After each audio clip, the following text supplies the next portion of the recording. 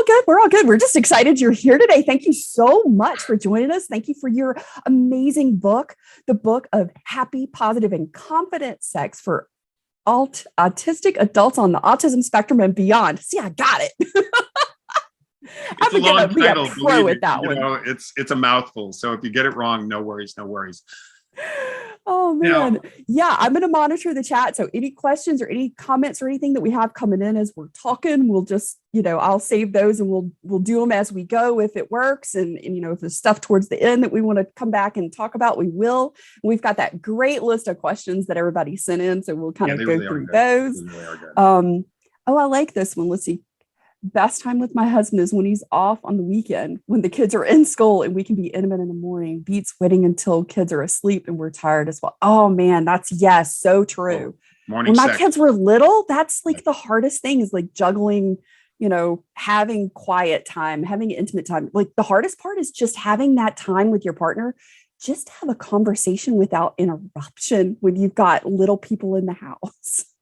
Yes. I mean, especially too, the very concept of wanting to, of feeling, like sex is better when we're tired just never made sense. And, so it's one of the reasons why, morning sex, maybe after a cup of coffee, is fantastic, or, whether or not you just, want to roll around even before the coffee and you're still kind of sleepy, but at the same point, you're warm and fuzzy, you're not tense, you're kind of in that daze.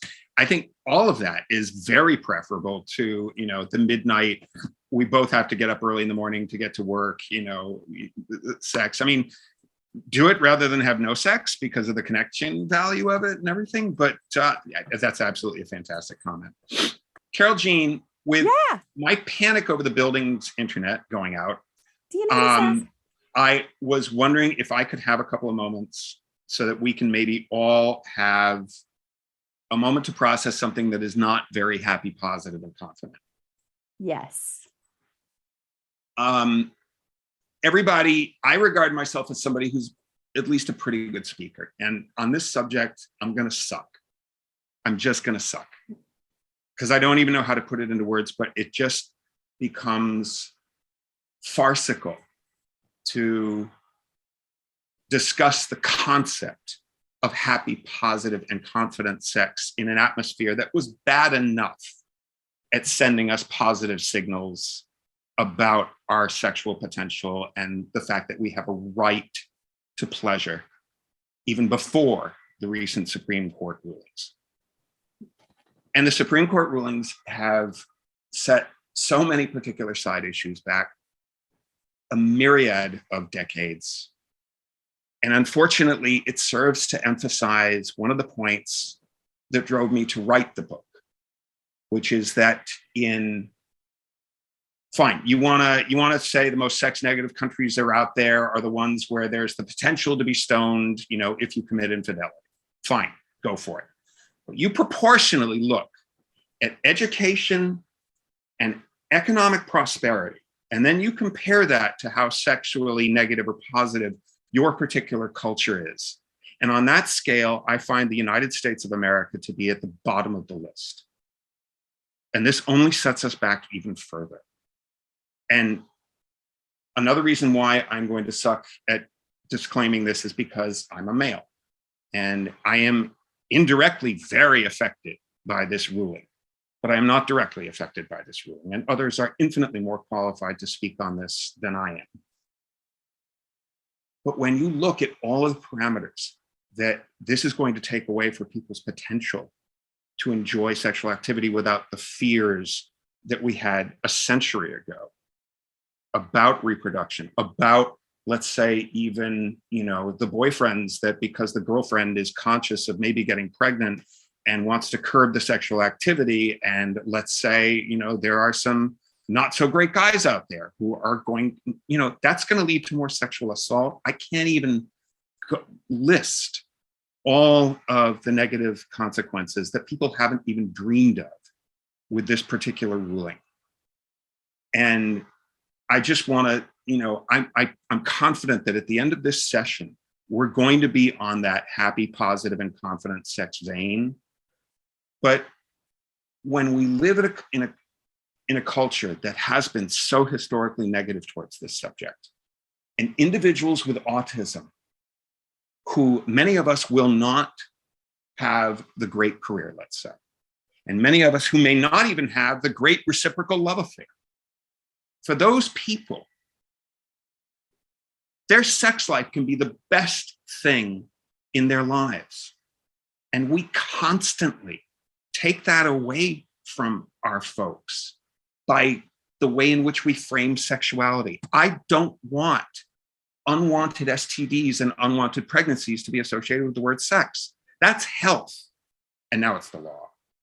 I don't want stalking and the sex offender registry to be thought of under the category of sex. That's about the law.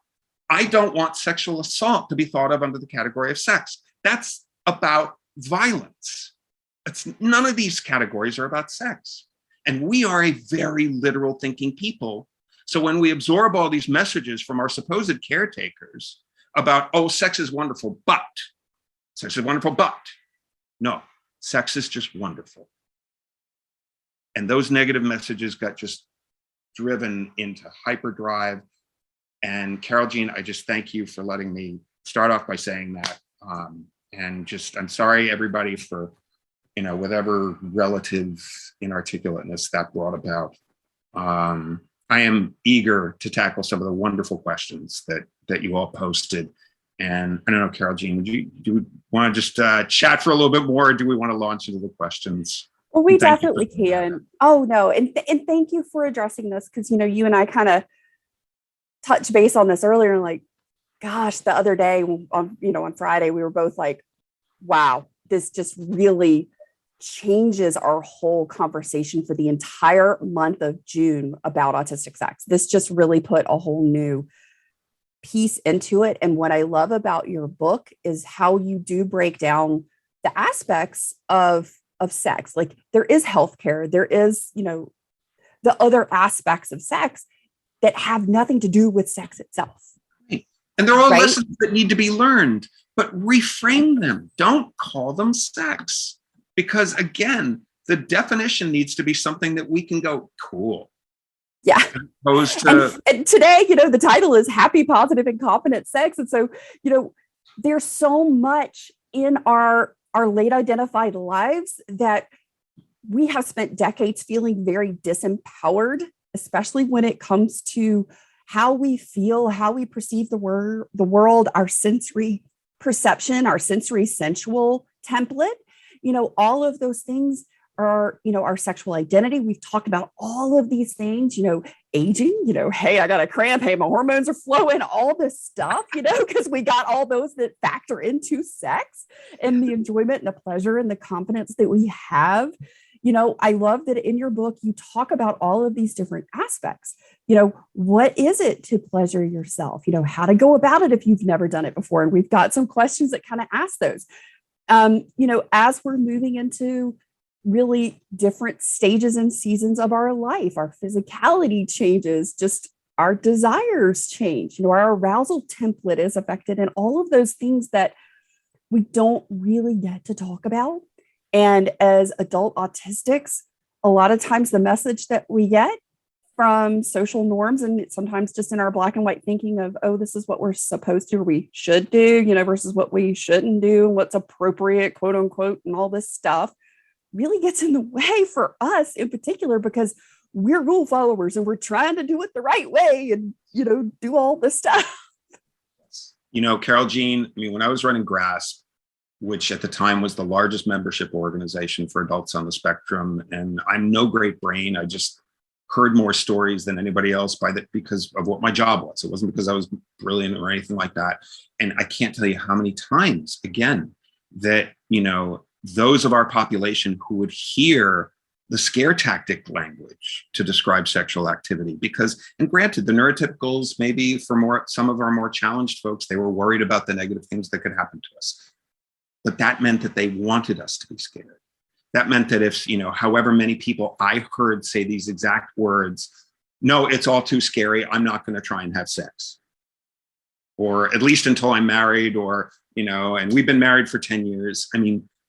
Stuff like that. And you just can see the fear, but you can also sometimes see how the neurotypical caregivers, maybe they're not evil, they were concerned about the negative things that happen, because they do happen, but maybe they were kind of like, whew, my son, let's say, isn't going to seek out sexual activity.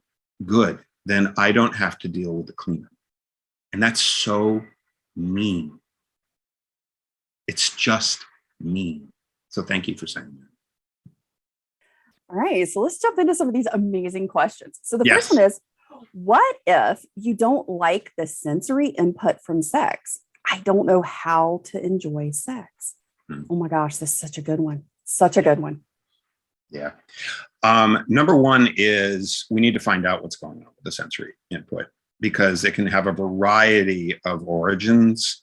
And I think that, not only a full, sort of clinical medical look at that particular, at sensory challenges, or whatever the particular sensory challenge of, the audience member or other audience members might be, that there's also an emotional way to look at them. Because sometimes when we have, certain medical, byproducts of our diagnoses, or we have comorbid diagnoses, these can sometimes have, emotional repercussions. And I think the best example actually comes from physical disabilities, where you have, folks, let's say, that are wheelchair users, but nobody takes into account the fact that they may be exposed to so many non-apparent disabilities, because every single day they wheel themselves beside buildings that clearly state the message to them: we don't care about your need for access because there's no ramp, or because there's an old New York City building, or whatever. And what is the lifelong, consequence of having that message shoved down your throat? Of course, that leads to depression, anxiety, anger, whatever the case may be. I think that the sensory challenges that we have a lot of similar repercussions there. One aspect too, Carol Jean and I have talked a lot about in our prior conversations about how, if you really want to look big picture at what we're sort of facing here, and the big battle is that you've got very clear-cut biological needs of a clitoris, a frenulum, or an anus. And these are constantly at war with whatever cultural, laws or parameters have been set up in the environment in which they find themselves. But they're always butting heads. They're always butting heads.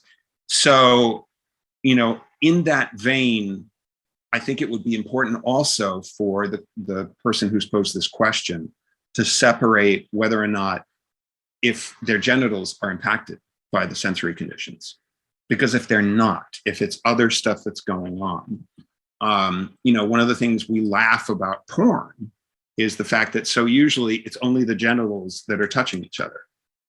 The rest of the body, like they're not hugging, they're not kissing like we do in real sex and stuff like that. That's not the slam porn. It's just one of the funny things about it that we have to take it, face value. But maybe, if the genitals are not a part of the audience member's question, that there can be at least an attempt to see how it feels to just have sex with the genitals touching.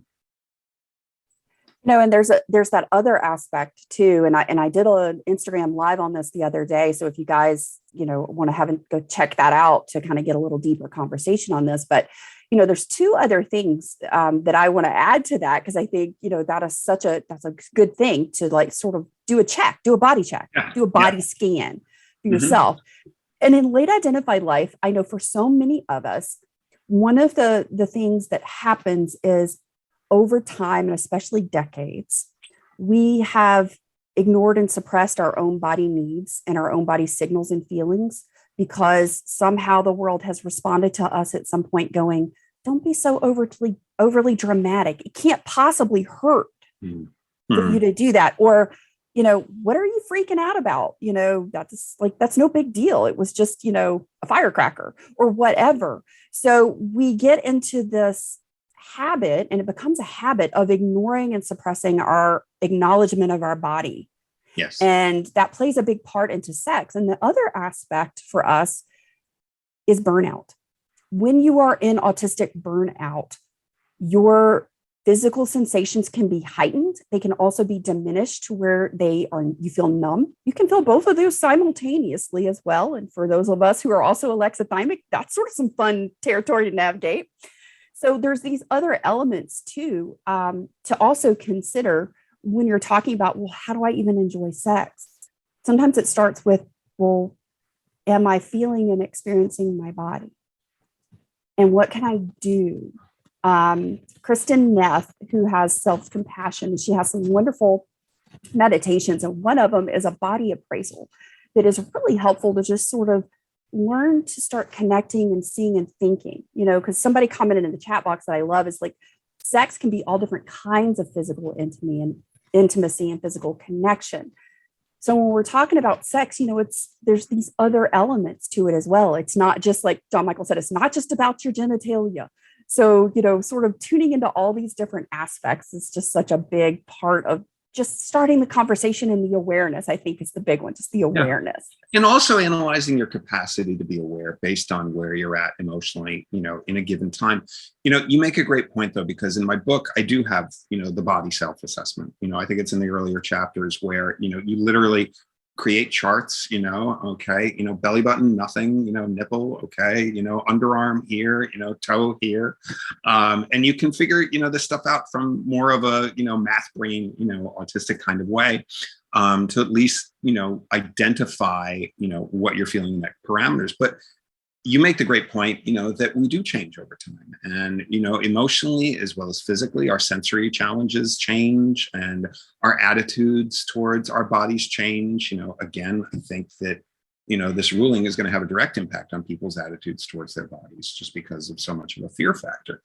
But the notion that, this is a fixed science or a fixed place that there's one answer for, I think, again, you pointed out really, really great that this is going to change. And, it's funny, too, because it leads to, another point, that I try to make in the book is that I'm trying to be happy and positive about stuff like that. But when we use words like dysfunction to describe natural aging, what do you think that does to our attitudes towards our bodies? Oh my gosh, such a great point. It's like, erectile dysfunction. It's like there's nothing dysfunctional about aging. And, I'll bet you that, eat right, attitude's good, diet's good. You're not going to need the pills. There's just so many layers, but just starting with the, what am I aware of my body? And is there a way to deepen my awareness in my body? Or am I so aware of certain aspects of my body? And how do I start to navigate that? That's really just sort of where you start. And sorry, I'd like to just conclude with one last thing, actually, and audience members, because I'm not watching the chat, if you really think that, Carol Jean, please yell at Carol Jean, get Michael John's attention, about this, or something like that. But shoot, what was I going to say?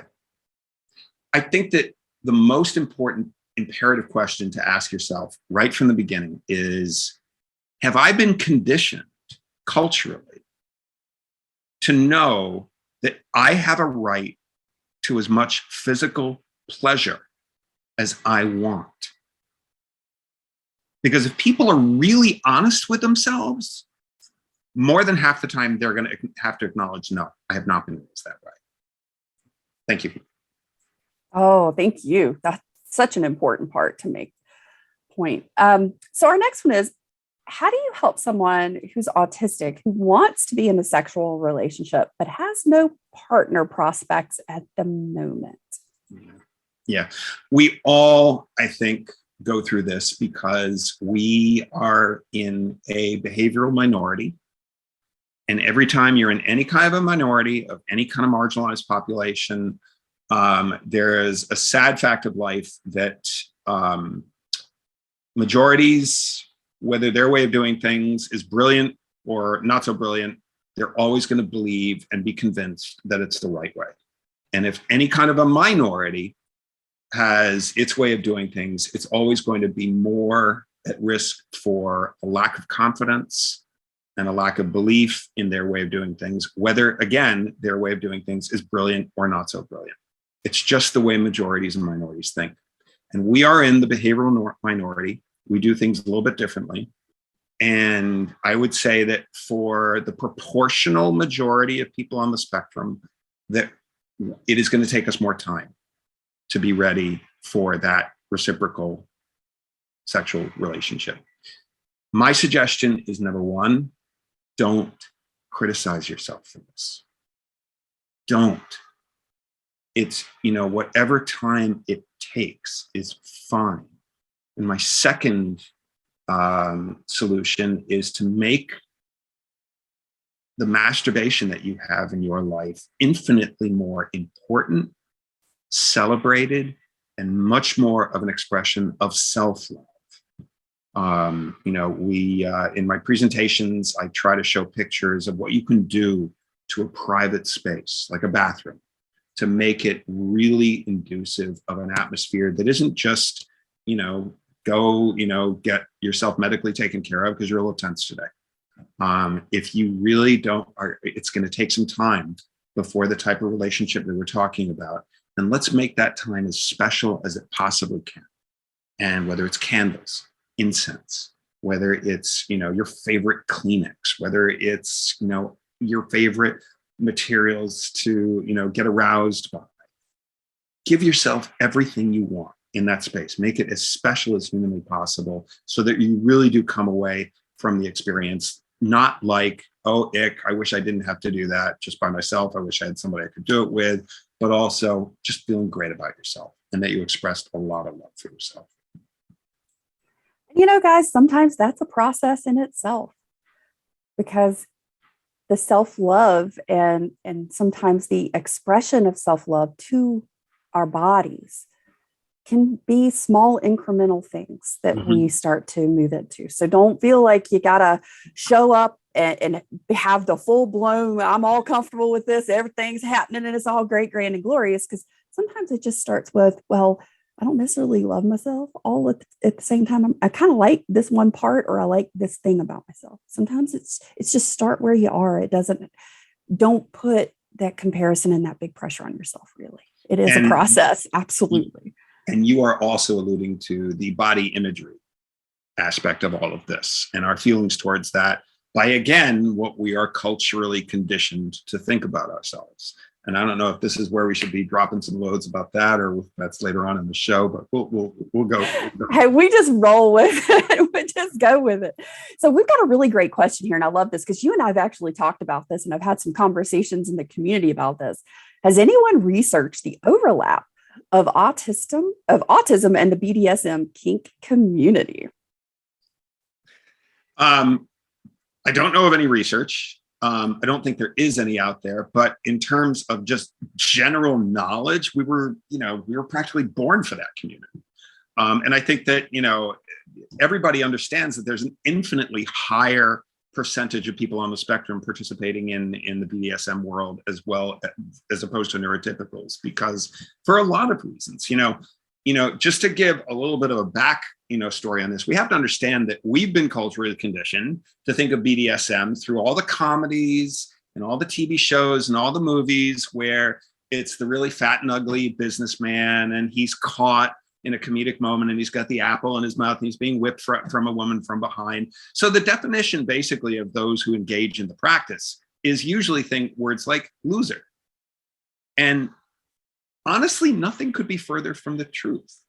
This is a community of people that are as clear and concise in the signals and the communications that they use with one another. They are braver because they do acknowledge their sexual desires, even when those sexual desires completely, differentiate themselves from the norm. These are very, very special folks, and they're very strict. I mean, if you don't abide by the rules, you're out.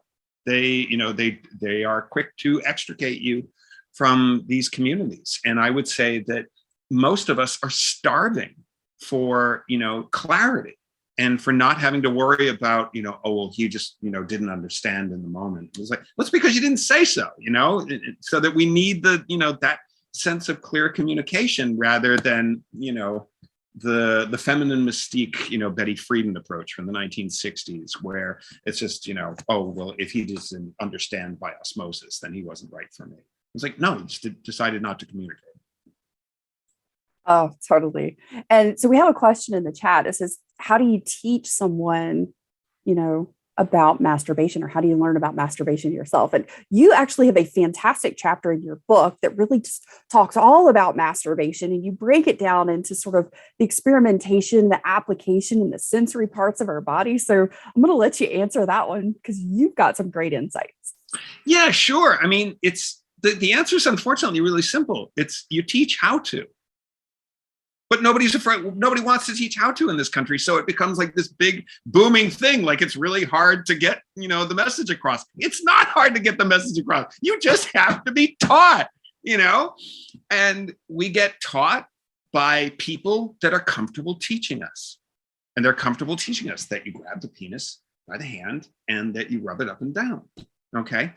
I remember when I first started to, work on this, the vagina is, clitoris is a little bit more complicated than that. But when I first started out, I was kind of like, there's this, thing in teaching, those of us who are a little bit more challenged using social stories, which are pictures. They're like comic books almost, they're a picture. And I was like, okay, where are all the social stories on how to masturbate? Go take a look. There's only something like 2 in circulation right now. One's in Canada. And honestly, historically, you go 10 years ago, there was nothing. Nobody had the guts, even like informally when I would be a school consultant. And they'd be saying, how do we do this? And I was just like, can somebody draw? Is there anybody here that can draw? Because honestly, that's what's needed. And that's it. Just a social story about how to masturbate. And also how, especially for vagina owners, how, the context and what the expectation should be. Because that's also something that becomes infinitely, for people like me, it's like really easy, obviously. And it's a lesson that can be done in an hour or less. And for vagina owners, it sometimes takes 2 years to really, really, teach that thing to sing. It's a while. And it's a more complicated process, but no matter what, it can be taught. Everything is hard until you do it. Everything can be taught. And maybe this is like a good place to insert the fact that historically, I would say, like, there's an example I use in one of the people that I dedicated the book to, Jeremy Cecile Kira, whose mother, Chantal Cecile Kira, has written a few autism books of her own. And Jeremy is nonverbal, pretty challenged dude, but he's brilliant. He's an artist. And Jeremy, at one point, said to his mother, I want to go see a stripper, through his communication device. And like many mothers, probably, Chantal was kind of like, I don't think I'm comfortable taking you, just as many parents say, I don't think I'm comfortable teaching you how to masturbate. But Chantal was a little bit of my hero because she said to herself, that's not my right to close the door on this. This is his sexual life. That's not my right to infer, let's say, my feeling that strippers are the exploitation of women. My job as a parent, if I love my child, is to go find somebody who is comfortable taking him to a stripper. And one of Jeremy's caretakers was like, yeah, I'm cool. And they live in San Diego. And so he took him to Vegas for a little bit of a trip. And Jeremy saw 2 strippers, not just one. And I think that when we catch a lot of these Americans that are responsible for a lot of these draconian laws who are not comfortable with sexual activity, my imploring to them is, you have a right to not be comfortable with teaching X, Y, or Z, but you don't have a right to close the door here. This person needs you for guidance and to set you off on the path towards a happy, healthy life. And therefore, it is your responsibility to go find somebody who is comfortable with this. Absolutely. That, I don't know. Maybe it's just because I'm me. I don't know. But I have 2 teenage sons. And when they were hitting puberty, this was something that we had conversations about. And my kids love to get me in the car because they know I'm a captive audience. And we have conversations about things sometimes I'm not comfortable with, but I know we need to have the conversation. And, you know, when it came to masturbation, because I thought, I don't want them to feel like they have to be ashamed or hide. I don't want them to think that it's wrong, because it's a healthy part of their body autonomy and things to do for themselves.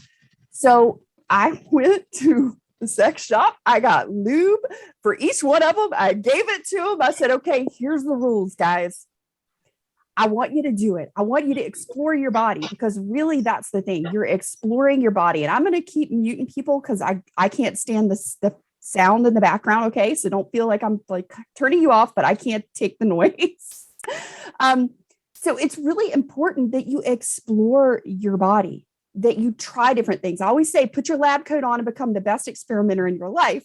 So I told my kids, go experiment, have fun. But here's the rule. Don't use socks. Don't use t-shirts or anything that mom has to touch and wash. Here is a pack of baby wet wipes, and here's a pack of tissue. Here's a trash can with a liner for your own bedroom, and you get to tie it up, take it out. Those were the rules. You wouldn't have enjoyed being my mother. Well, you know, it was even, you know, I'll say it was really, I loved the relationship that my children and I have. And one of my children said, I get a cramp like right before I get to the good spot, mom, and I don't know what to do about it. And I keep changing. I'm like, change positions. You know, I'm like, I'm not real sure because I don't have the same equipment. So I'm just going to make some suggestions, you know, right. And I'm like, you need to go ask Josh. And so it's like, you know, just sometimes just knowing that you can have the conversation of like, and have somebody to talk to go like, I'm experiencing this. Is this something maybe you've got some experience with for yourself? Or, you know, what are some things that maybe you've encountered that are a barrier to get into the happy place or whatever that is, and just have that conversation. It's just so important. It is. It's about all of this stuff revolves around communication. And when we're on the autism spectrum, we can be really bad at communication because we're just terrified, or we're not in touch with that which we should be communicating. But in essence, you know, one of the great things about the modern age is that we do communicate better, and communication is valued more. You know, like in the old days, you know, when you and I were teenagers, you know, and there was all that nonverbal communication going on in bars, you know, where you were supposed to be in tune with that to, you know, be able to spend a night with that stranger or whatever. And nowadays, you know, the apps, it's all about, I want this, I want this, I want this. And somebody writes back, I'm cool with that. You know, we would have, you know, really enjoyed having, you know, that kind of communication. And yeah, because I missed all the nuanced stuff in a bar. Oh, I was oblivious. And it's kind of like our responsibility, like so many times in the business consulting that I've done historically, like I find myself saying, you know, I got to tell y'all, sometimes I feel like my responsibility or my job on this planet is to teach you all how to be better communicators with each other, you know, to knock out the euphemisms, to knock out the soliloquies, the sarcasm, and to understand, you know, that people on the spectrum have the potential to be those honest sources and to be better communicators. Not because we're better people, but because you have to have, in order to lie, you have to have the social confidence that you can get away with it. We've been taught we don't really have that. So we've learned we're not good liars. And so therefore, we go out on that limb and we become infinitely more truthful people. And that gets us killed sometimes. But you know what else? It also earns a lot of people's trust. I think my entire career, to be honest with you, Carol G, you know, is so dependent on the trust because of, you know, sometimes I really can hurt people's feelings. And I know that. But at the same point, I've seen so many more benefits than detriments to that quality that I've become convinced that, no, we really don't have to lie. And we really can communicate about anything so long as our intent is not to harm them. I love that. And I think that's such an important thing to take with us on this conversation. Yeah. So we have another question. It's like, how do I know if I'm asexual? Such a good question. And I love, because you have a whole section in your book on sexual identities. I know. It is a good question, because I don't think any of us really have an answer other than we don't know. Asexuality, or the perception of it, or the symptoms of it, or the feelings of it, or the identity that we, associate with that, can very often be the result of depression and of maybe something medical going on with your sensory input. And then again, that, even to say that risks offending people that truly are asexual, I know. But it's just an area where I think that the best thing that we can do in the meanwhile, before we really do have answers, is to acknowledge and honor a perceived asexuality. Because no matter what, if you're truly asexual or there's something else going on, you don't feel like having sex. And so you shouldn't be pressured to have sex, culturally or by another human being. And especially because there's so much to explore in terms of nuances with asexuality. For instance, many people who are asexual, they're not aromantic, which means that you also don't want a romantic relationship. Many people who are asexual do want a romantic relationship. And, maybe there are, negotiations about sex in which, reciprocated emotional connection or physical pleasure just isn't expected. And that can be a part of the agreement between people, or it's allowing the person to, seek sexual contact outside the relationship while keeping the emotions, there. So I would say that it is a great question that nobody has an answer for it. And if they tell you they have an answer for it, they're lying or they're deluding themselves. But that in the meanwhile, acknowledge how you feel and what you want, because that can't be argued with. I love this comment, because mental illness can lead to a low sex drive, but asexuality is real regardless of mental health. I think that's absolutely true. And I think that's what Michael John was saying is, it's all about the person's experience and honoring what that person is experiencing and is telling you is their experience and their desire in the world. And that is the most important thing. Sorry, Carol Jean, I'm sorry.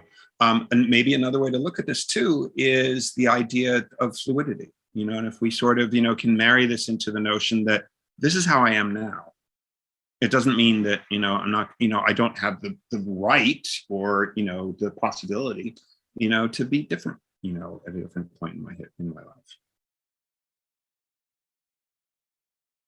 So the next question we have, I love this one. This one's really good. How can we make sex education easier for autistics in schools? I was in Catholic school when we were separated into all girls in one room and all boys in the other, and we had sex education in 6th grade. Can I just tell you how awkward and uncomfortable and really unprepared and not ready for that conversation I was at 12?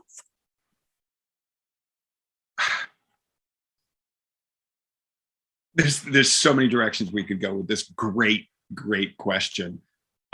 We could probably do 90 minutes on this when you really look at the parameters of, well, number one, why is the sex education a little inaccessible or ineffective for this particular autistic who's asking the question? Because there's a variety of different possibilities therein. And there's also a variety of different things that we can say about education in general. We look, immediately, probably what everybody goes to is not, a lot of us have those, Catholic school experiences like you and my wife have, Carol Jean. But there's also, everybody's minds usually are going to go to public school and what's allowed in public schools. And, if we're going to be,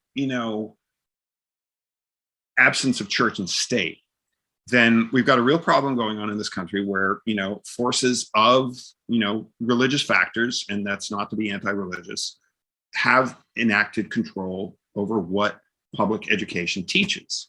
And if we're going by should be, the absence of church and state in public education, then we're doing it wrong.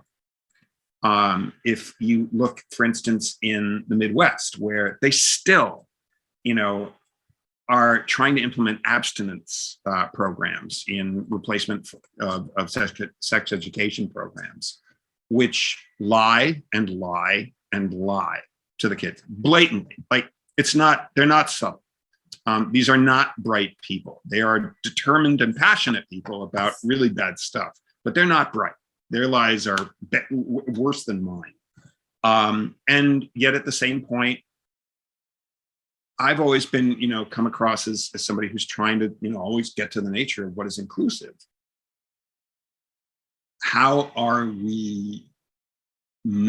do we maintain an inclusive atmosphere by excluding religious concerns? And I don't know if the answer is just you have the right to opt out of, medically and positively based sexual education in public schools. If, you really, really don't want your kid to have this, and then the kid sneaks in without you knowing it, mom and dad, sorry. But, we just don't, maybe public education is not the place because of the cultural constructs for sexual education to happen. It's a big theoretical conundrum. But if I'm going with what I guess the questioner is asking, I'm imagining that most of us maybe could use a little bit more privacy, so that, is this something that should be done by Zoom and not with everybody looking at, the classmates' responses when, the nurse teacher, is going over, the fallopian tubes, just pitching up here. And also, whether or not sex education, again, is actually about sex, because most of the time it's not. It's about health. It's about reproduction. And, the fact that babies don't come from storks, and that's not sex in my book. So, the other thing too is that historically, there has been absolutely zero LGBTQ information or, permission building, that's been incorporated into any curriculums for sex education that I've ever seen in public education. And that's ridiculously draconian. So it's a myriad of questions. I mean, hopefully, I think that, let me put it this way. I think that your peers are always going to be your best sources for education, because one of the things I like to joke about is that every generation thinks it reinvented sexuality, and they just do. They think, whatever generation you come from, you think, oh no, we got it right. It's like, it's fuck you, you did not, And that's how the next generation should feel, because that's who they are. They're creating their own rules and their own ideals and what values, matter to them. And, like sometimes, I hear people my age say, boy, I sure hope, my kids don't have kids because of what a terrible world it's, we're bringing them into. It's like, no, that terrible world isn't going to be terrible to them, because they're going to be living under different cultures and under different constraints and different expectations than you are. And your way of doing things just isn't going to have maybe any relevance for them. So sexual education right now is online porn, because nobody else is comfortable. And I'm not even really criticizing that. If done in context, so that people understand that the, aggressive moaning, the fake this, the fake that, the fake body parts, the fact that the genitals are just the only ones touching, it can actually be, if we teach that context, it can actually be a very, very good educational tool. And unfortunately, not a lot of us really are comfortable acknowledging that or even admitting that to themselves. But based on what we have right now, it's going to be our peers in porn. Yep. And we have a sex educator in the room, which I love. And she gave us some great information. She said in the program that they use, that they spend a large portion dedicated to LGBTQIA+ in their curriculum. How awesome is that? Like, that is yes. Is it a public school? We'll wait and see here. Hi, this is Julie. Hi, Julie. Yeah, hey. Hi. You're very cool, Julie. Is it a public school that's implementing the curriculum? So I actually used to work for a mental health agency, and we had sex ed programming that we offered to Greater Columbus in Ohio. However, and we made our own curriculum. It was a 4-day thing from puberty, anatomy, communication, relationships, consent, sexuality, gender identity, contraceptives, things of that nature. So that was really great. And fortunately, we were able to have neurodiverse kids stay in our classes because some teachers did want to have them removed, which made no sense to us. They actually asked some really great questions. And I thought that they were really helpful for our discussion.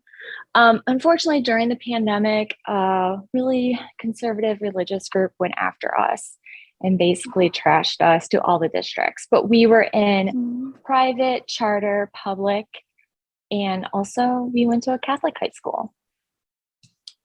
That's great. So sorry to chime in like that. No, so glad that you did. Simpler. I'm glad the local diocese didn't get word and shut the school down or tell them we had an instance recently around here where I live, where a Catholic school, displayed, a pride flag and a Black Lives Matter poster, and the diocese ripped them of the right to call themselves a Catholic school anymore. So, wow. One other aspect to all of this, though, is the idea that when we say sex education, we also need to examine what are we going to try and educate about? Because again, most sex education programs are about health and reproduction. Okay. What is, if that's, let's say, if I get my wish and that becomes a health class, okay, then what's the need for sex education? What everybody wants out of sex education, which is how to be confident in sex. I, remember growing up with all of the intimidation factor of this idea of, was that person a great lover? Was that person a shitty lover? All this sort of aspect. And I think that it doesn't really take us very long to come to the conclusion, if we're willing to be brave and look at the culture rather than, sex, that the secret to becoming a great lover is simply trying to please another person. And how much effort do you really give towards pleasing another person? Whether or not you can orgasm is kind of a separate science to me. But a great lover is an objective term that you don't get to call yourself. Other people are going to call it for you. So therefore, it's basically, how good are you at pleasing another person? So sorry, schools, but I'm going to make you throw up your hands here. But real sex education in a school situation would be how to please that clitoris, how to please that frenulum, how to please that anus, whether it's with a finger, a mouth, a penis, a toy, doesn't matter. That's kind of the sex education that I think we all want, because, there's just no greater, get off than, having sex with your partner and giving them the ride of their lives. That's what we're after. We have a wonderful question here. And I think this is something that so many of us experience as, we're getting into relationships and sex as we're connecting with other people. And it said, when I'm having sex with my partner, I realize I'd like to do it more. However, getting to that point, I often feel anxious and exhausted. I think I'm just struggling grammatically with how that sentence is. Like, when you get to that point, are we talking about getting to the point of realizing that I want it more, and then something prohibits me from communicating that? Do you think that's what the questioner is asking? So let's say, when they're having sex, I think they're like, okay, this is good. I like this. But when they're not, you know what? I think I got this. Okay, I think I got this. Okay. All right. So for a lot of us who are also autistic and ADHD, we got this thing called transitions. Like going from one activity to the next. You got to have these transition periods. Like your brain has to shift out of what you're doing to the next one. And a lot of times you can also have the buildup of anxiety that happens in your body and the anticipation and all the expectations for when you're leaving one activity to move to the next. That might be something to consider, is how do you build in your needed transition time from like whatever you're doing, cooking, Netflixing, working, whatever, to having sexual intimacy. So that transition leading up to sexual intimacy, because you decided, hey, I like this, I want to do this more. We don't do this nearly enough. And you want to do that. Maybe look at the transition time that you have. So that might be that you schedule it, you put it on your calendar. Your partner doesn't necessarily have to know that you schedule it. One of my friends says, she puts it on her calendar. Her partner doesn't know, hey, you're getting lucky on this day, but she knows, because for her, she's also ADHD. It's the transition and knowing that it's there, and then taking some time, like maybe you go do some stuff that makes you feel sexy, or do some stuff that kind of warms you up to feel sensual, so that you've got that transition time. So that's sort of my answer to that. I hope that I've answered your question. And we've got something in the chat here that says responsive versus spontaneous desire. Oh, that's a good one. I'm actually going to dumb this one down. Both are great. They really are. And I think that, what you said, Carol Jean, probably makes sense. I would argue maybe that the transitioning thing is an autism thing as well, though. So I think it's everybody that experiences that. And when we write scheduling sex, I think is great, quite frankly. But I would say, let both partners do it together. That's even better, because then both of us have, something to look forward to, that sort of thing. And so, any kind of, because the simpler answer really is, if I understood it grammatically, which I didn't trust that I did, would be just to say, just ask for more. It's a beautiful thing. You're communicating something really positive to somebody else. And I think that, that's, one of my favorite phrases, that I picked up along the way is just that there are very few of us that are having quote unquote too much sex. The vast majority of us are not having anywhere near enough. I will tell you though that, the more challenged we get in the spectrum, we do have to make sure that context is taught, especially with the porn consideration, like we discussed, how without context, it can really sort of be detrimental, but with context, an incredible teaching tool. There's a great example that Peter Gerhardt used to talk about a teenager like 25 years ago, who was arrested in a mall. And he was arrested because he was a male, and he would just stand in a certain spot in the mall, and women would pass him by, and he would say, "Can I touch your butt? Can I touch your vagina? Can I touch your breasts?" So of course he was arrested. They do a little digging, and they find out all he was doing was exactly what his caretakers had taught him to do. If you want to touch someone, you have to ask.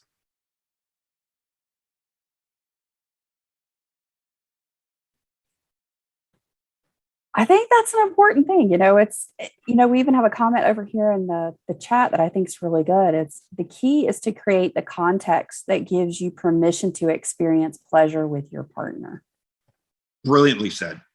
Yeah. Brilliantly said. Or yourself. Yeah. Yeah. Yep. Yep. Oh yeah. But you know what else? You can't do that without education. Yep. You really do. And just having conversations. The whole, what do I not know that we struggle with when we have autism? Oh yeah, so much. I don't know what I don't know, right? Mm-hmm. Exactly. Oh, here's a good one. So how can I become more natural and flowing about approaching sex or having sex? How do I express it more freely and not be afraid of it? So how can I be more sensual and sexual and not be so intimidated and scared by it? My answer to this would be not to add anything, but to remove something. Shame. Remove, the fears of, am I going to look, negative by doing this? Because you're not. Well, maybe to some people, but we're trying not to care about their attitudes towards us. If you're positive about your own feelings about proposing somebody, then that's kind of the magic. And usually we restrict ourselves because we don't feel positive yet.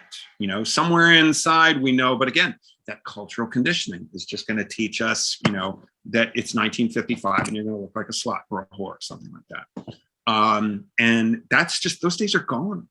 Those days are happily gone. And I can tell you, you know, I wouldn't suggest this to somebody to go be brave for the rest of us and, you know, be the leader who has to fall on a sword so that other people can have happy sex lives. You're not doing that. Other people already fell on their swords for you to feel free and with permission to ask somebody for sex without any shame whatsoever. None whatsoever.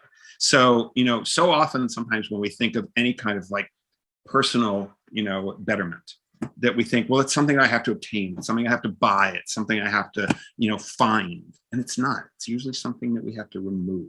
It's usually something we have to unlearn, much more so than it is something we have to learn. Oh, that right there is where real change happens. The transformation happens. This is when we start to question the beliefs that we hold. Because, you know, a belief is simply a thought or an idea someone expressed and we agreed to it. And we agreed to it more than once. So then it becomes this belief as part of our operating system. And so often we get to a place where we've got all of these beliefs that we've onboarded and agreed to throughout our life, but we've never stopped to check in with ourselves and go and say, do I believe this? Is this true for me right now? Like maybe it was true for me 10 years ago, but is this true for me right now? And do I still believe it? Does it serve me? And do I keep it or do I get rid of it? Right, right.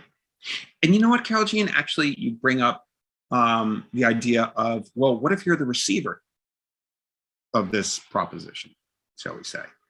And there are still, you know, so many instances, I think, of people saying no because they may be afraid of assault, because they cannot trust that strangers propositioning them, you know, have good intentions.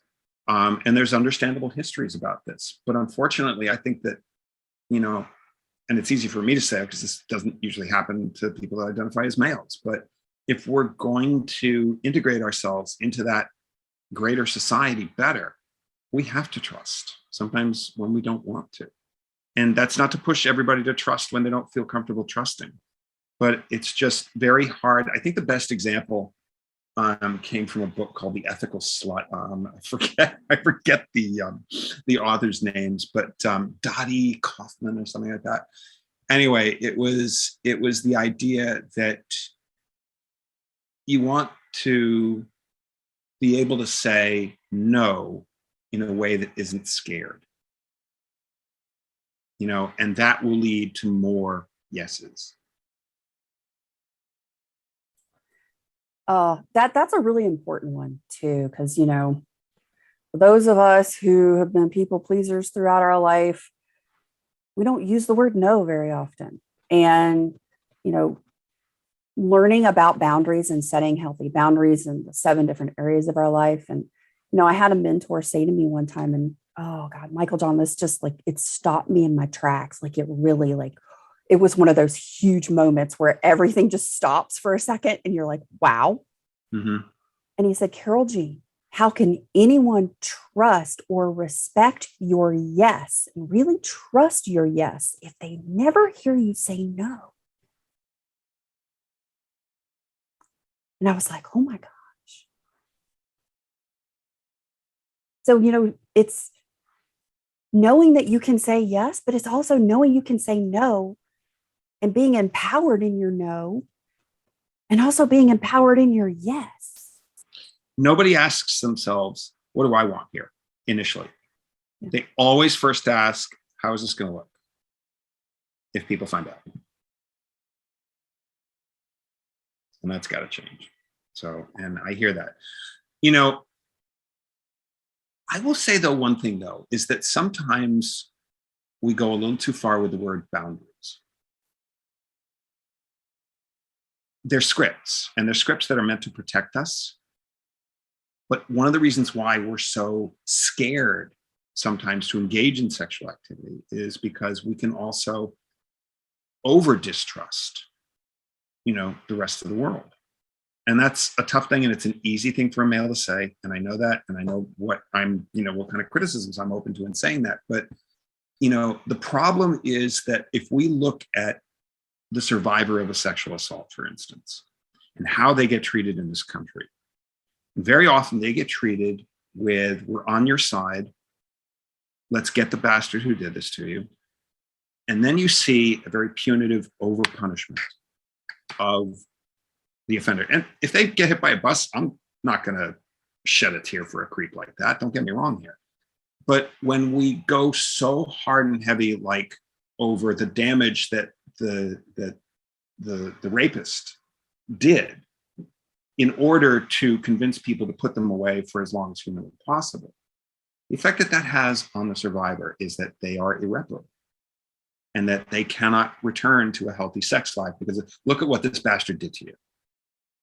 And the fact is that without invalidating the seriousness of it, but in other cultures, the survivors of sexual assault get back to having infinitely healthier sex lives a lot quicker than people in this country because of the fact that we don't make that insinuation that you're more damaged than you actually really are, and that you can overcome the violence that was done to you, as well as the fact that this was about violence and not sex. We have to understand too, when we talk about a sex negative culture that sends mixed signals, we like to, talk about the United States of America as being, intolerant of rape. Bull. Do a quick hashtag search of rape culture. You'll find, tons of stuff out there. But I think the best example is in our prison system. Nudge, nudge, wink, wink.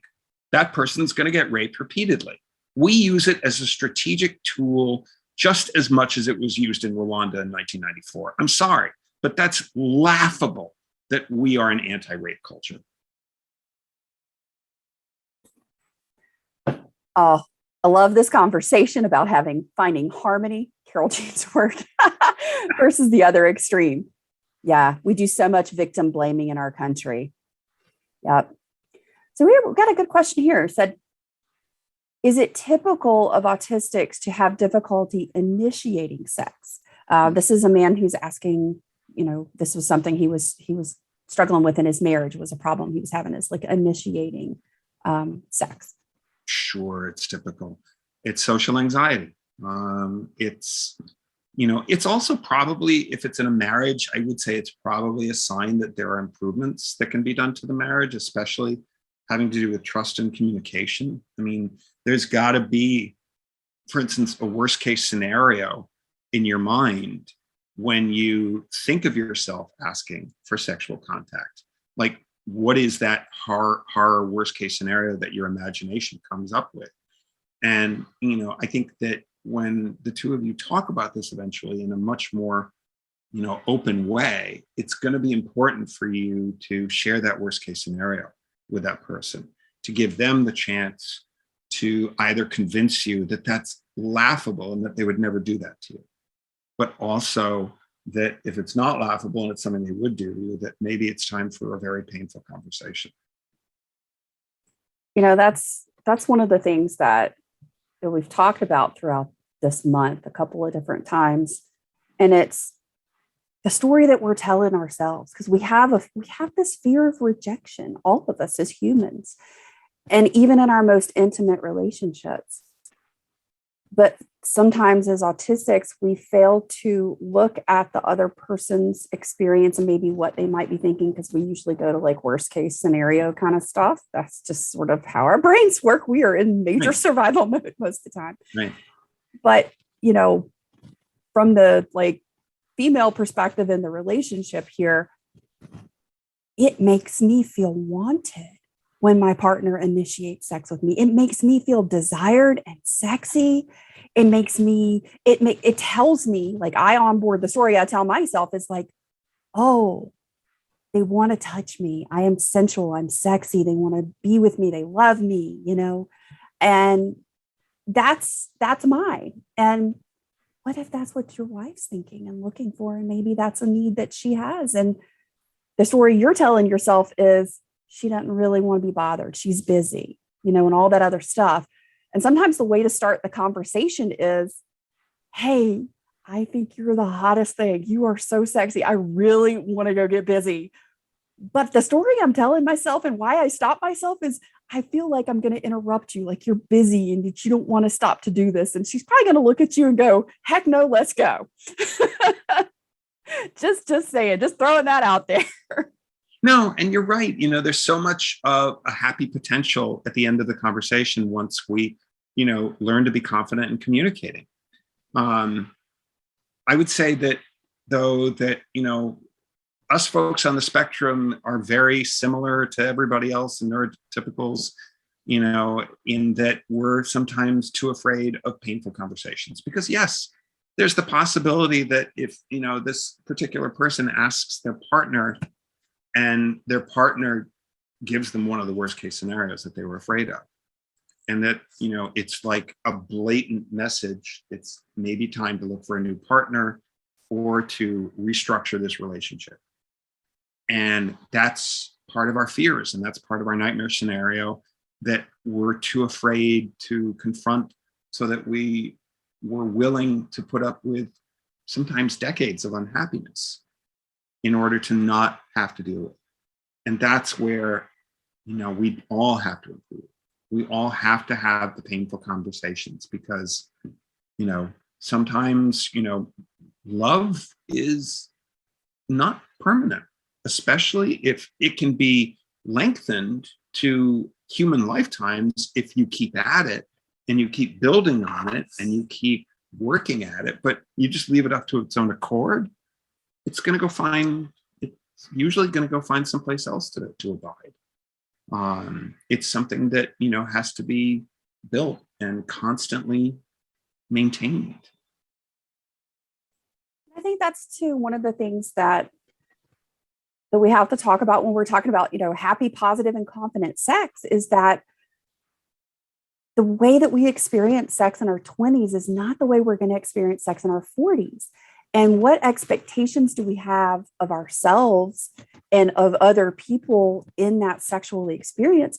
Those are going to have different seasons. They're going to be different. And just because it's not the same as it was before doesn't mean that this in its moment isn't just as spectacular.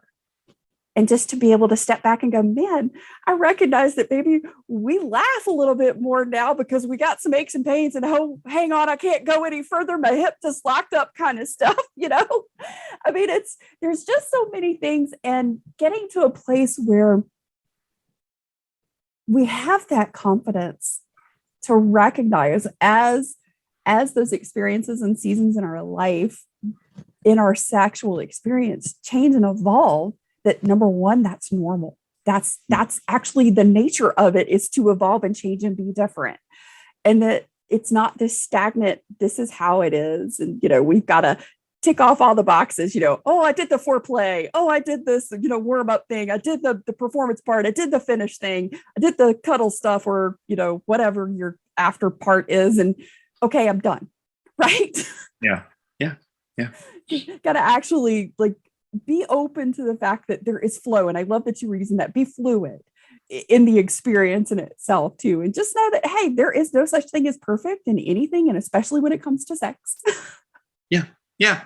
And, sex is, so many times all about, the moment, because, relationships change. It's not the tragedy that we paint it as.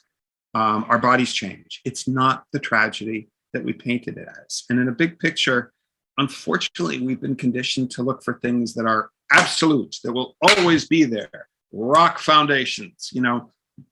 Life doesn't work like that. Life isn't about what you can control. Life is about what you let go of control of if you really want to enjoy it. Because control is an illusion, folks. Such a tragic illusion. Yep. So we have another question here, and I think this is a really interesting one. So the question says, it appears that dating is a prerequisite to sex. What does dating as an autistic person, or autistic dating, look like? Well, again, we have to first go to, what do the scripts teach us? And it's usually dinner and a movie, But when you're autistic, dinner can be a lot of sensory overload. You may not like the lights in the restaurant. All the chattering of the other tables might prevent you from actually being able to hear what your date is telling you, because you have to turn your head to omnidirectionally, hear what they're saying. And then you go to a movie where it's like, what's the point when you're not even talking to one another? Maybe, there's some conversation about, after. I think you got to be more creative about the date. That's how you start. We used to do, sessions on dating every year with all of our grass support groups. And we had like 28, nationwide, all run by people on the spectrum. And they had a different topic every month. And everybody who would do dating would always go, through the ideas of what are some of the greatest dates that people have been on. My two favorites were one that was pretty unique and one that I think anybody can do. The one that anybody can do is taking your date to a library. It's quiet, sensory cool. And you just walk around and you learn so much about their value systems by asking, what books do you like? That's where Josh and I met, was at the library. Get out of here. Really? Yep. Oh my God. Right. We were both volunteering at the library. That's perfect. That's absolutely perfect. I just thought of it, actually. I'm going to a second one before I get to the unique date scenario. There's a second one, which I think for spectrum people is absolutely perfect. You go online and you research a thing that's in my book. It's called the 36 questions. The 36 questions were a subcomponent of a 1997 research study that didn't really go anywhere because it was faulty research practices or something like that. But this subcomponent that they came up with was unearthed about like 6 or 7 years ago. And it literally is 36 questions that two people can ask one another about their value systems that will, find out so many things. You can shave 2.5 months off of a relationship in terms of how fast you get to know a person. You'll get to know that person so quickly if the two of you sit down and ask each other the 36 questions. It takes about 2.5 hours. But I will say this, that we're talking about sex here, not dating. And sex is the 37th question. Do you both click in the sack? And, so you can like go, oh my God, we're totally, meant for each other by the 36 questions. But if the 37th question doesn't really work out, you're just meant to be great friends. I'm just going to throw it out there because this is me and I don't always feel it. So, but I don't think dating is a prerequisite for sex. I agree with 100%. Sometimes it's just, they got a thing called a one night stand for a reason. And, that's okay. And you know what else? That's an option. A one night stand, unlike when you and I were kids and we were taught almost like subliminally, you're supposed to treat the person badly the next morning. That was like the expectation. One night stands are relationships. End it nicely. End it well. Make the person breakfast. You had a great time. Leave on a great note. The unique example, these two women who were part of a grass group eventually got married. Don't think the marriage ended well after 10 years, but their first date was fabulous. And it did at least lead to a marriage. They were in one of those parts of Florida where at 3:00 in the morning, once a year, the tortoises all hatch. And they have to make a beeline for the ocean because the seagulls come in and swoop up about like 25 to 30% of them and eat them. And it's just this once a year thing. And they went on a first date to watch that happen because you can time it and stuff like that. That's an incredible first date, I think. But no, to your point, yes, and to the caller who should not worry that if dating is something that just intimidates the heck out of you, but sex does not, you're fine. Especially in this day and age, I think you're fine. You really are. It's gonna, there are gonna be lots of people who want to go out on a date first, and that's their prerogative. And but there are also plenty of people who totally understand and feel the same way you do. So have fun. And that's the thing. It's finding what meets your need. Yep. Like if you need a little warm up and you need some context and relationship before you get intimate and have sex, then okay, great. Dating works for you. If you're somebody that you're just like, I really don't need all the lead up, or I don't really want all the lead up. I'd really just kind of want to have some fun, connective sex. And, hey, we can just every now and then hook up or whatever. that's your prerogative. It's about meeting your need, but it's also identifying what your need is first and not feeling like you have to do something a certain way. Right. And again, just to throw it out there, Carol Jean, because you and I don't have the same type of social anxiety as so many folks on the spectrum. Now, that may be because we've discovered solutions and we're socially anxious, at one point in our lives, but, it's something that it's going to take, not just great advice, it's going to take labor and really rolling up your sleeves on the part of a lot of our folks. But, my advice is that it's that important. It's just that much. It's that wonderful. If you can do it, if you can do the labor and roll up those sleeves, you're going to be rewarded. You really, really will. Oh, and I think, we talked about that in your episode this month. It's, it's about taking these incremental steps. You do that one thing that feels really hard, and then the next thing doesn't feel as hard because you did this hard thing that felt hard. And once you've done something, it's that experience, and you sort of gain a little bit of that confidence. We have a question over here in the chat. Sure. It says, I have a client who's autistic and he doesn't know how to kiss, and it's something he wants to learn how to do. And she said, how can I teach him that he wants to learn? Like, what resources do we have here?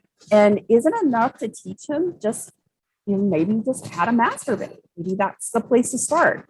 Maybe start with himself versus starting with, kissing another person. But sort of, how do you start with that? What are some resources?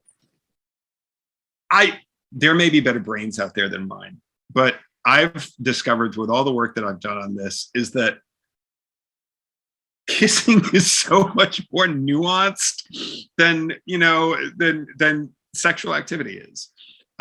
We have to remember that, we're sort of getting to the dating aspect of things. And I'll be honest, there's another framing of sex that I don't want it associated with, and that's relationships. Believe it or not, sex is very easy to understand. It's very easy to teach if we have, the guts to teach it. Relationships, those are complicated. Those are really, really complicated. And I think it's good for people to know that. And I would love to see our sexuality education to stop morphing the two into one education, because honestly, the sex component gets just drowned out into confusion and intimidation when we do that. You separate the two, and you take your 87 years to learn about relationships, fine, go with it. But the sex component can be taught so much quicker about that. Going back to kissing, I would tell you that it's so much more complicated about when to lean in, when to use the tongue, as opposed to just, something else. Should you start, some people actually don't want it if you start out with the lips. They want to be kissed somewhere else, the cheek, or everybody's different. And what I would say, though, is that there's very few people that, if they don't like your first kiss, are going to say no to you for the rest of the relationship. There are people like that, but I think those are kind of few and far between. And they may be, so picky that maybe it's not a relationship that you're going to succeed in anyway, because you have autism and have social anxiety over this stuff and need the communication. We can teach each other and communicate. I want you to do this. I want you to do that, just as much in kissing as we can in sex. So I want you to fear this a little bit less, but the intimidation factor, I understand just from a complexity standpoint. A penis going into a mouth or an anus, a toy or a mouth going into a vagina. All of these are, the friction that's required. All of these are infinitely more easy to describe about how it actually works and to get the required result than a kiss.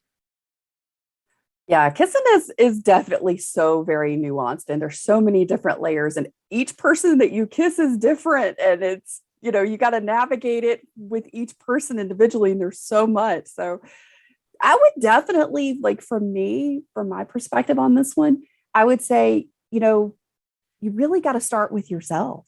I mean, just like with anything that we do in life, you got to start with yourself. When you know yourself, when you know what you like, when you know what your sensory template is and your sensual pleasure, it makes it a more organic expression, and you feel more confident to share and engage with sex and intimacy with other people when you know what yours is first. And a lot of times you learn more about yourself with other people. So there's this part where you got to take this leap, kind of like what Michael John was talking about before. He's like, you got to have that trust and that leap of faith sometimes in that to explore and learn more about you with another person. So we got time for one more question here as we're wrapping up. And I like this one. This one's a really good one to kind of end with, I think.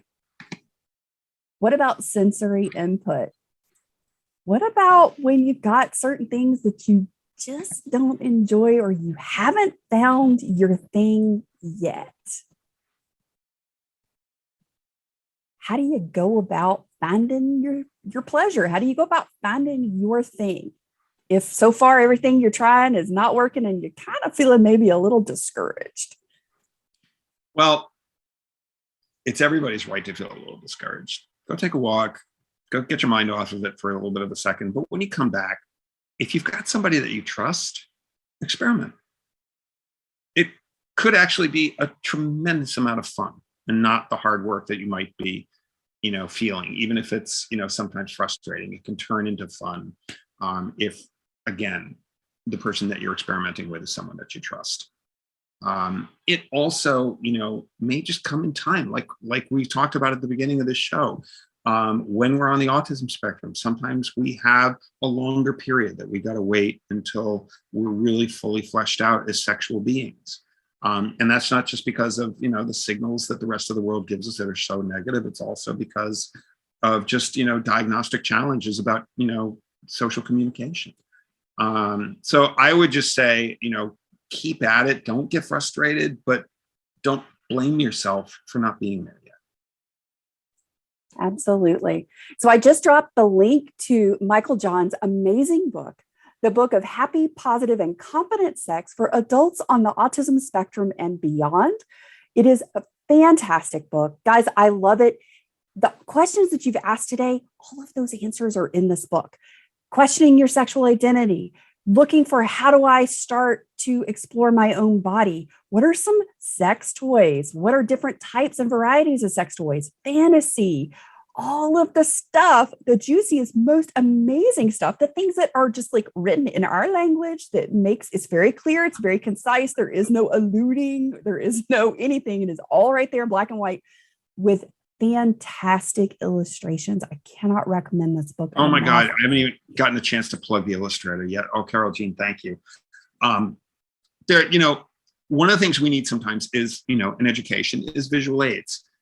So yes, the book has 72 very graphic illustrations, and they aren't two supermodels who are both heterosexual telling you how to do everything. It's people of different body types, different ages, different colors, different orientations, lots of people that are, making up the illustrations.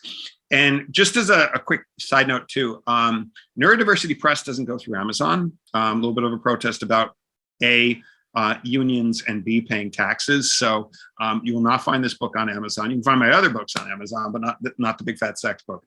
You do have to go to Neurodiversity Press for that on there. But thank you for the plug, Carol Jean. I appreciate it. Sorry, I was over here typing and replying. So yes, I will send out a copy link to this replay in the next 24 hours. The link to the book will also be in that email, so you'll easily have that accessible if this is something, just so you know, because nobody ever tells you this kind of stuff and they just think we figure it out. So here in Zoom, in the chat box, when a link is there, you can actually click on the link. It won't take you away from or log you out of the Zoom. It will actually just open that link in your browser and you can click back to the Zoom and it doesn't disconnect you. Because I was worried about that a long time ago when I first started. So if no one's told you that, it's safe to click on a link in the chat box. It won't kick you out of Zoom. So if you're on your phone, it might be different, but if you're on your PC, you're good. I just need to also thank you tremendously and to tell your audience about what an incredible energy that you have always had throughout all of this process and throughout the entire month of your series, and just how good of a buddy you were to me today. Because when I came into this, I not only wasn't, freaked out by the whole internet and my building thing, but just dreading, the conversation that we needed to open up with. And yet at the same point, because I think most especially of your energy, we definitely got to that happy, positive, and confident place by the end of the show. And that's all on you. fabulous today. And everybody's really lucky to have you. Thank you so much. Oh, thank you. I appreciate it. Guys, thank you for being here. You're the reason that Michael, John, and I are here today. We wanted to make sure you had a place to ask your questions, to get the information and the answers that you were looking for, and to be able to direct you to resources and places to really be able to go, hey, I don't know this, but I want to know. Or I'm really kind of embarrassed, but I know I want to ask this question. And I'm so thankful that you guys showed up and you felt confident. You felt in like this was a trusting and safe place and a brave space, because I believe in brave spaces, that you asked these amazing questions. Because you know what? The question that you asked today is the exact same one somebody else may have had on their mind, but they weren't quite ready to ask yet. So thank you, each one of you, for being here, for showing up, for engaging, for being brave, and for having a conversation around sex, because it's a big part of our life. And to not talk about it is a disservice to us all. So thank you for being here. Be on the lookout for that email coming to you with the links and the replay. And be sure to share with a friend. Don't miss out sharing this Autistic Sex series this month with your buddy. Take care, guys. Bye-bye.